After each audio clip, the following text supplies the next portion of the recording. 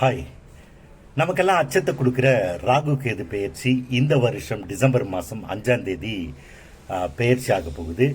கும்ப ராசியில் இருக்கிற ராகு மகர ராசிக்கும், சிம்ம ராசியில் இருக்கிற ராகு கடக ராசிக்கும் பெயர்ச்சி ஆகுறாங்க. இப்படி பெயர்ச்சி ஆகிற ராகுவும் கேதுவும் கன்னி ராசிக்கு என்ன மாதிரியான நற்பலன்களை கொடுப்பார் அப்படிங்கிறத பார்க்கலாம்.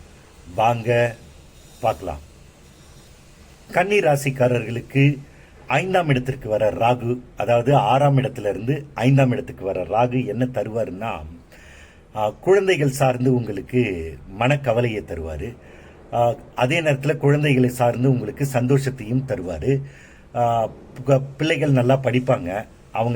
அவங்களோட நடவடிக்கைகளில் சில மாற்றங்கள் ஏற்படும். அது உங்களுக்கு கவலையை தரும். உங்களோட படைப்புகளில் உங்களுக்கு ஒரு நல்ல முன்னேற்றம் ஏற்படும். நீங்கள் செய்கிற வேலையில் புதிய முதலீடுகள் இந்த காலகட்டத்தில் ஏற்படும். இந்த 5ஆம் வீட்டுக்கு வர ராகு புதுசான யோசனைகளை உங்களுக்கு கொடுப்பார். அந்த யோசனை உங்களுக்கு வெற்றியை கொடுக்கறதாவே இருக்கும். கலை, ஊடகம், தொழில்நுட்பம், சாஃப்ட்வேர் இது சார்ந்தெல்லாம் உங்களுக்கு நன்மைகள் ஏற்படும். இந்த துறையில் இருக்கிறவங்களுக்கு வேலையில் முன்னேற்றம் ஏற்படும். பணவரவும் அதே மாதிரி உங்களுக்கு இருக்கும்.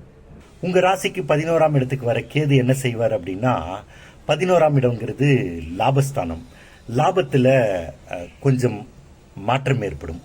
லாபம் தடைப்படலாம், இல்லைன்னா லாபத்தில் குறைவு ஏற்படலாம். ஆன்மீக நண்பர்கள் புதுசாக அறிமுகமாவார் கிடைப்பாங்க.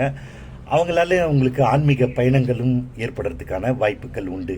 இந்த காலகட்டத்தில் நீங்கள் எதில் உஷாராக இருக்கணும் அப்படின்னா, சூதாட்டம், ஆன்லைன் கேமிங் இந்த மாதிரியான விஷயங்கள் எல்லாம் நீங்கள் கொஞ்சம் உஷாராக இருக்கணும். பண பரிவர்த்தனையிலையும் நீங்கள் உஷாராக இருக்கணும். இல்லைன்னா அது உங்களுக்கு கஷ்டத்தை தான் தரும். 6 மாதத்துக்கு பிறகு உங்களுக்கு அஷ்டம சனி ஸ்டார்ட் ஆகும். அதிலிருந்து உங்களுக்கு கொஞ்சம் மன வருத்தங்களும் மனக்கவலைகளும் கஷ்டங்களும் கண்டிப்பாக இருக்கும்.